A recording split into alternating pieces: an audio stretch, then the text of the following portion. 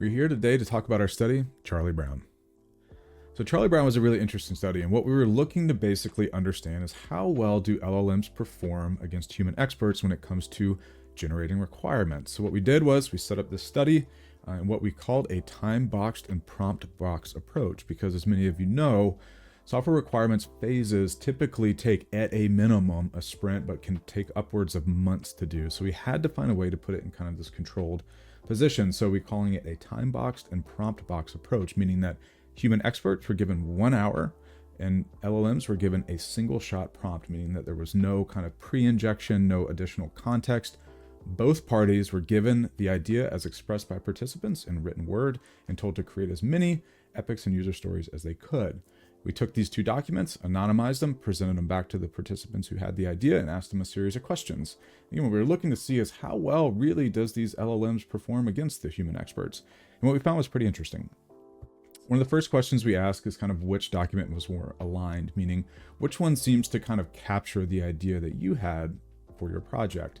We found the LLMs to be about 1.12 points higher than human experts on a kind of a scale of 1 to 10.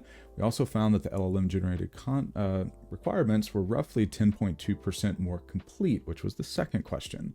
So which of these documents do you think is kind of more holistically complete based on what you're looking to build? Now, both of these findings actually have some pretty interesting implications to how AI is going to be kind of plugging into the SDLC. You know, we here at Crowdbotics know that requirements are incredibly important, but having this kind of empirical evidence to show like, hey, you know, people actually do find these outputs much better.